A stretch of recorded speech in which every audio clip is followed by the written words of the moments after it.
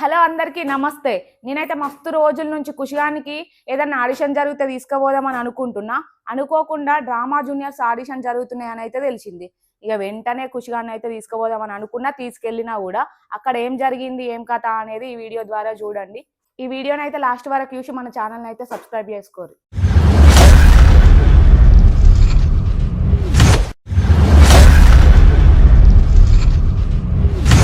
8 వరకు హైదరాబాద్లో ఉండాలని చెప్పి మేమైతే 2:30కే లేచినాం. లేచిన తర్వాత మొహం కడుక్కొని మంచిగా స్నానం అయితే చేసినాం. ఇక మన పొట్టోడు అయితే స్నానం చేయించినాక రెడీ చేయించినాక మమ్మీ మళ్ళా నిద్ర వస్తుందని చెప్పి వండుకోడు.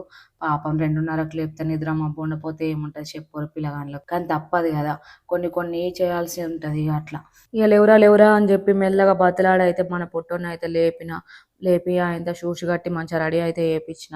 ఇక వేయించిన తర్వాత నిద్రమబ్బు పోయింది. పొట్టోనికి టిప్స్ కొడతా అనబట్టే వీనితో అసలు మామూలుగా ఉండదు. ఎప్పుడు ఎట్లా రియాక్ట్ అవుతాడో, ఎప్పుడు ఏం చేస్తాడో వానికి ఏ తెలియదు. పిల్లలు అంటేనే అట్లుంటారు బహుశా.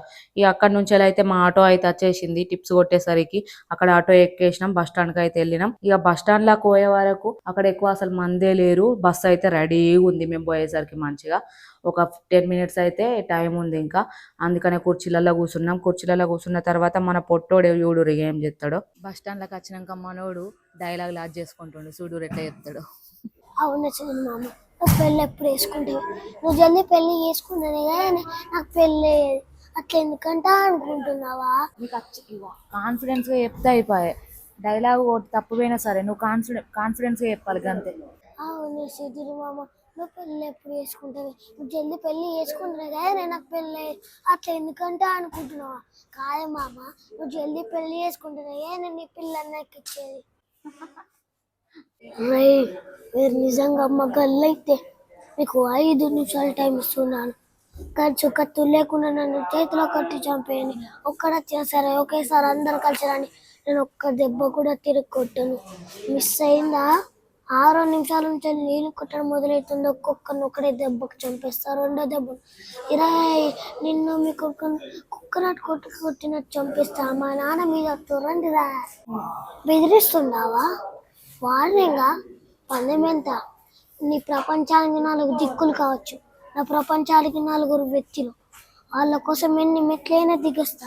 కానీ పొరపాటు కావాలని టచ్ చేస్తే సెకండ్ మాట ఉండదు, సెకండ్ లేట్ ఉండదు, సెకండ్ థాట్ ఉండదు. ఆన్ ది స్పాట్ అంతా వెనకాల ఎకరం తిరుగుద్ది.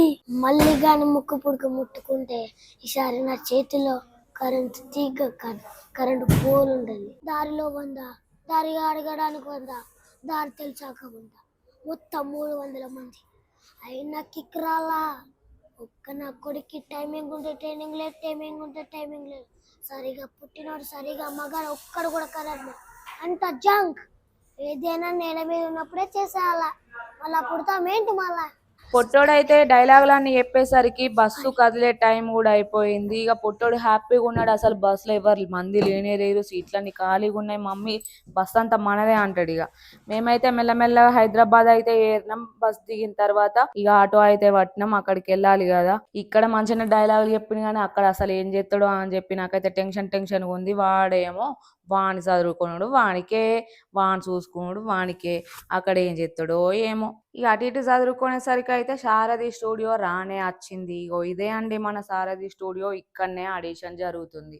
మన పొట్టోడు మంచిగా ఉన్నాడు కానీ నాకే దడ అవుతుంది. అక్కడ ఎంతమంది ఉంటారు ఏం కథ అని చెప్పి లోపలికైతే పోయినాం. అక్కడ పోయి చూసేసరికి అయితే ఫుల్ మంది ఉన్నారు. అసలు అంతమంది వస్తారని నేను అసలు ఎక్స్పెక్ట్ చేయలేదు. మనకైతే ఓ షర్ట్ వేసి రెడీ చేసి ఇక ఫామ్స్ కోసం అయితే అందరు లైన్ కట్టిరు. మనం కూడా లైన్ కట్టాలి కదా మరి. మేమైతే లైన్ కట్టేసినాం.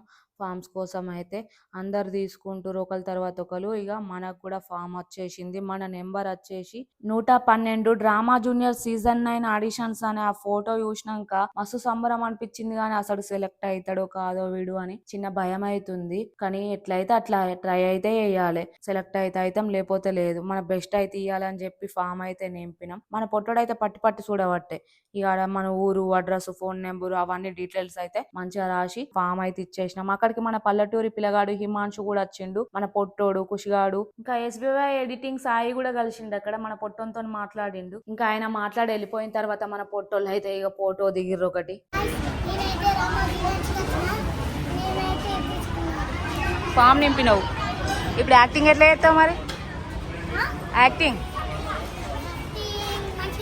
మంచిగా తగ్గేదే లేదు. ఇవి ఒకసారి సెట్ చూడుర్రి. ముంగట్ నుంచి చూస్తేనైతే ఎంతో పెద్ద బిల్డింగ్ లాగా ముంగటికైతే మస్తు ఉంది, కానీ లోపలికో చూస్తే అంత ఫ్లైడ్ కట్టెతోనే చేసి ఉంది.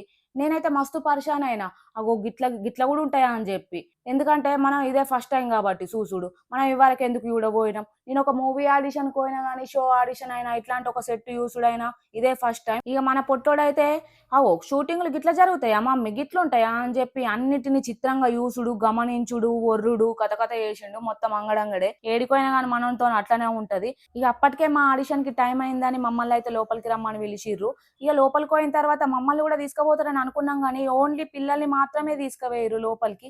ఇక అక్కడ వాళ్ళు ఎట్లా చేస్తారో ఏం కాతారో వాళ్ళకే తెలుసు. పిల్లలు అయితే ఎట్లా చేస్తారో అని చెప్పి పేరెంట్స్ అందరు టెన్షన్ గా కూర్చున్నారు. ఇక నేను కూడా అట్లనే కూర్చున్నా. పొట్టోడైతే బయటకు వచ్చే టైం అయింది కానీ ఇక అసలు నా ఫోన్ లోనే ఛార్జింగ్ అయిపోయింది. ఇంటికి పోయిన తర్వాత వాడు ఏం చేసిండు అనేది తెలుసుకుందాం. మేమైతే లోపలికి ఆడిషన్ ఇచ్చొచ్చే వరకు మా ఫోన్ లో ఛార్జింగ్ అయిపోయింది. మేమైతే ఇంటికి వచ్చినాం. ఇక లోపలినైతే నన్ను డైలాగ్ చెప్పన్నారు, చెప్పిన తర్వాత ఒక క్వశ్చన్ అడిగారు.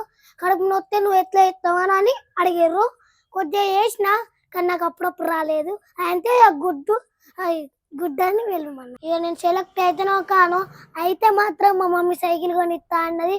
మీ దయ వలన అయితే ప్లీజ్ సబ్స్క్రైబ్ చేయండి, కామెంట్ చేయండి, మా గంటనైతే గట్టి కొట్టండి.